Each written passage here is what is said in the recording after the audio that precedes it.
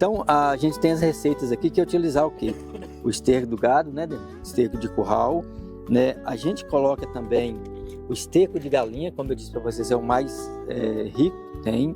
Ele misturado aí vai fortalecer, vai turbinar de fato, né, esse adubo. Mas a gente coloca também a cinza de fornalha.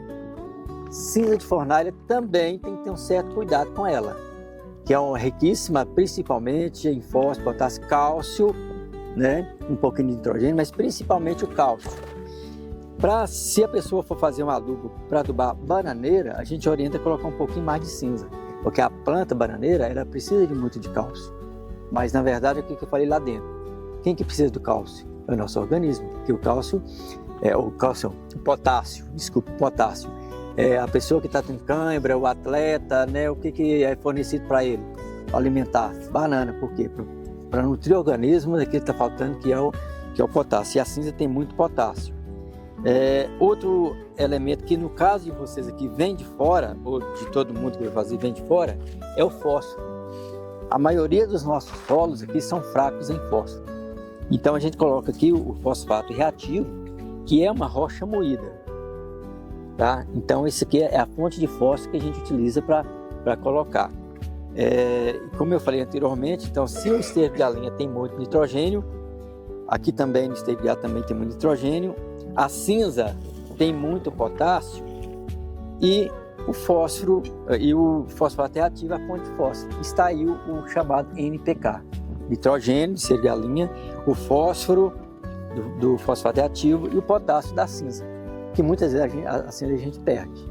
E o cuidado que tem que ter com a cinza é o seguinte: antigamente o pessoal fazia sabão em casa, qual era a soda que eles utilizavam? Adequada, era da cinza. Então se ela for com muita quantidade, colocar muita quantidade, ela é corrosiva, pode matar a planta. Por isso que tem que ser moderado, tá? Então a gente tem essas fontes aqui, mas o que vai acontecer aqui? Isso aqui vai esquentar, chegar aos 70 graus. Tá cheio de vida aqui, né, Dema? Então o que vai precisar aqui? De alimento. Aí entra a cana, né? Pode ser a cana, o açúcar mascavo, a rapadura, o caldo da cana, que vai servir de alimento para esse micro-organismo, transformar tudo isso aqui em nutrientes para a planta. Então qual a outra importância aí? Que além do NPK, né, nitrogênio, fósforo, potássio, aí também vai estar o cálcio, que a cinza vem trazer, o fósforo, o magnésio, né, o enxofre, o molibdênio, o zinco, tudo isso vai estar sendo criado nessa junção, nessa ação dos fungos e bactérias, e vai transformar isso em adubo para a planta.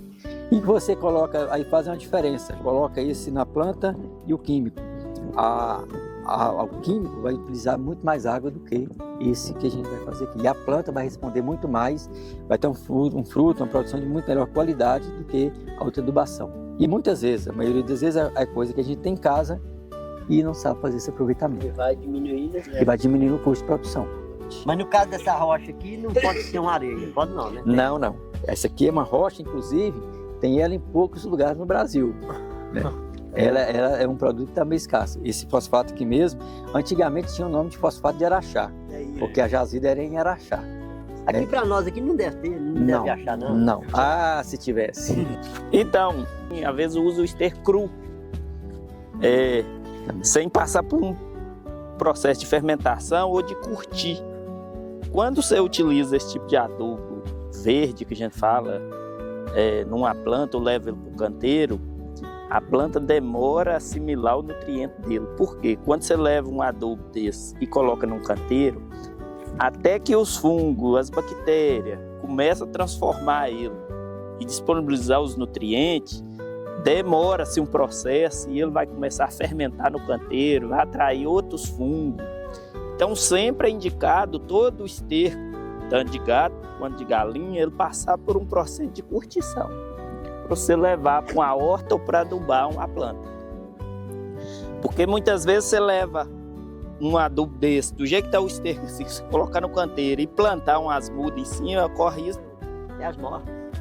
Ou se elas não morrer, elas nem vão aproveitar o nutriente que tem ali. E até esse esterco disponibilizar os nutrientes que ele tem, o ciclo da planta já passou, dependendo do ciclo for curto. Esse adubo aqui, ele é a gente costuma, ele tem um nome científico que chama bocache alternativo.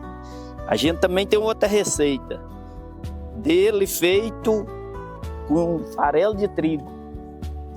Esse farelo de trigo que a gente compra para dar porco, a gente faz esse adubo mesmo. E ele ainda é mais rico. O pessoal mesmo que planta orquídea, você pode ver esses caminhões que vendem orquídea, você pode perguntar aos caras lá que eles têm ele. Chama bokashi. É um adubo japonês, foi os japoneses que criaram. E ele tem um potencial grande de uma pequena quantidade que você coloca, ele consegue dar um resultado grande nas plantas. Principalmente quem planta hortaliça ou planta em vaso. Aqui essa mistura que a gente vai fazer na receita principal é 70 kg de esterco fresco e seco de gado. A gente utiliza em torno de 10 kg de... Não, a cinza é 8 kg de cinza. E o fosfato é em torno de 10 kg. E de galinha também, uns 10 kg de esterco de galinha. Pra gente fazer essa mistura.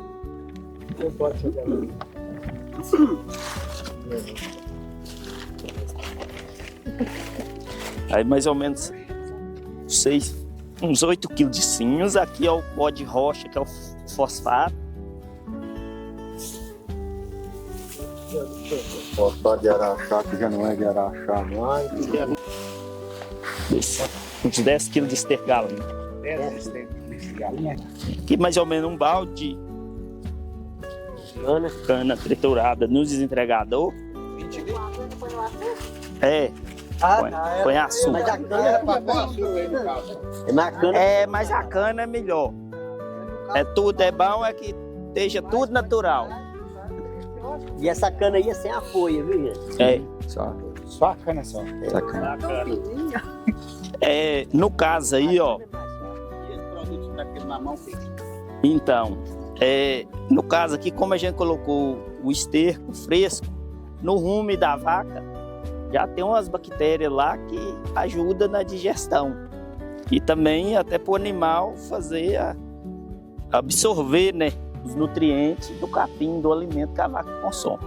Essas mesmas bactérias estão presentes no esterco fresco. Ela vai ajudar nessa fermentação aqui.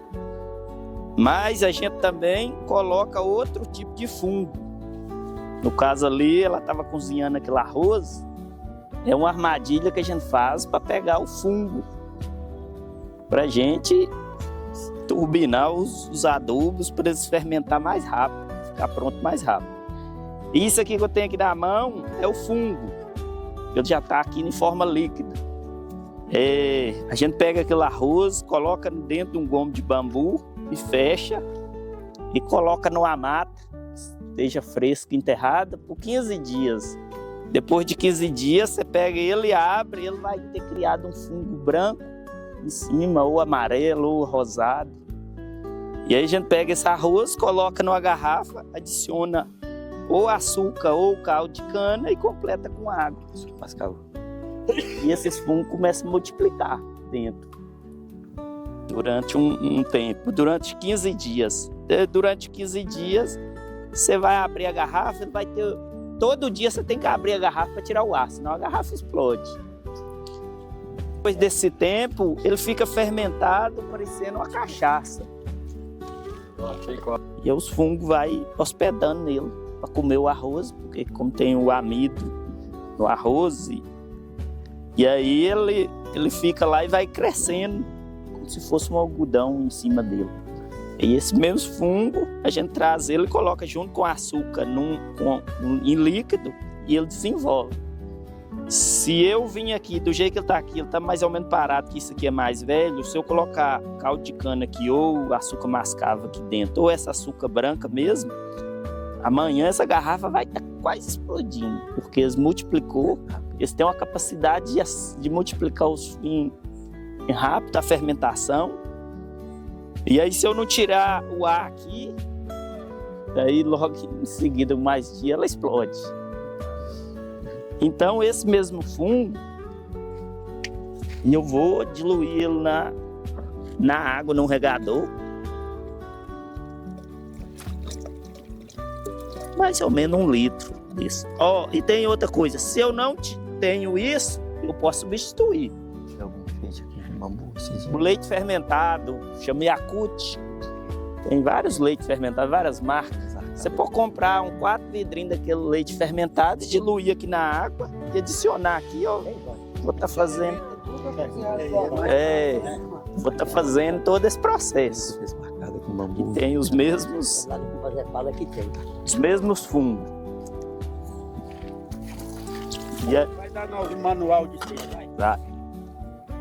E aqui eu vou colocar na água. Aí agora vocês podem virar como se estivesse mexendo uma massa de cimento.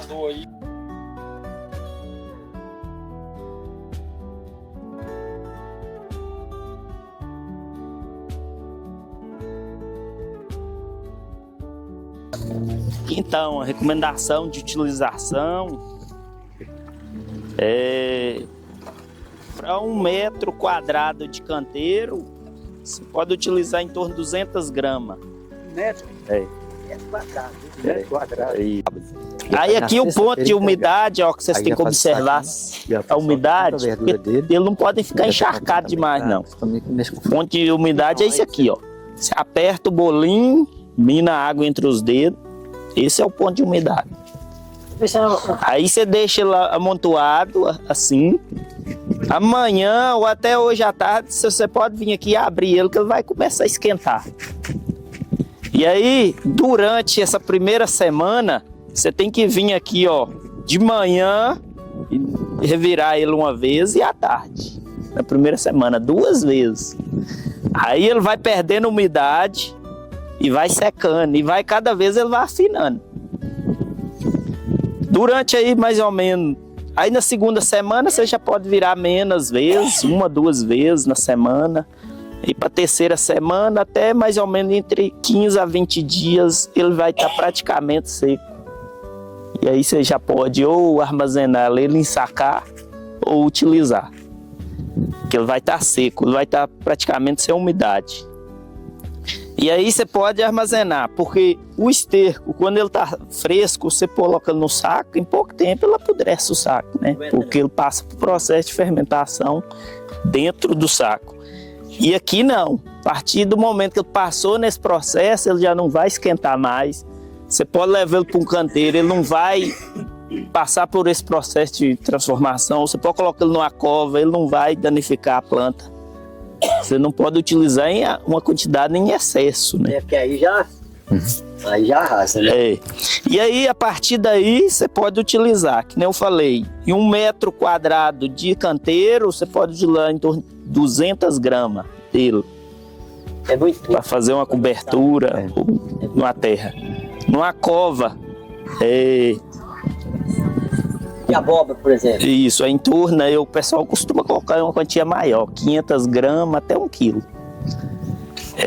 Tomate mesmo, o cara mesmo que passou receita, ele falou que recomenda colocar 1 quilo, porque ele falou que o tomate, para o seu desenvolvimento e para produzir muito fruto, precisa de uma quantidade maior.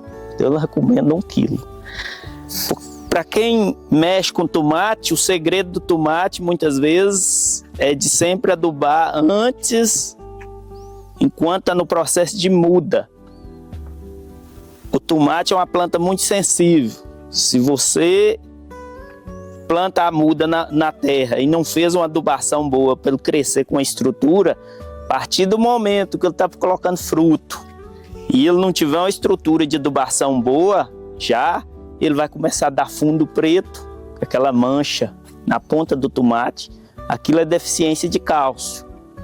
E outra, se você entrar com uma adubação rica, ou nitrogênio, ou fósforo, ou potássio, no meio do ciclo, ele corre risco de queimar as folhas, porque você dá uma injeção nele de muito nitrogênio no meio do ciclo dele. Você pode acabar com a lavoura em pouco tempo, o ciclo da lavoura fica mais curto. Por isso que é interessante o ciclo do tomate, todas essas plantas, pimentão, fazer uma adubação inicial boa, para você não ficar precisando da adubação de cobertura. E esse é um adubo muito rico, que ele traz todos esses nutrientes, tanto fósforo, potássio, nitrogênio, numa quantidade que você faz uma adubação só. Muitas vezes, se for plantas que nem frutíferas, aí você tem que fazer uma adubação todo ano. A gente costuma falar que é bom dividir durante o ano, pelo menos 3 adubações de cobertura durante o ano.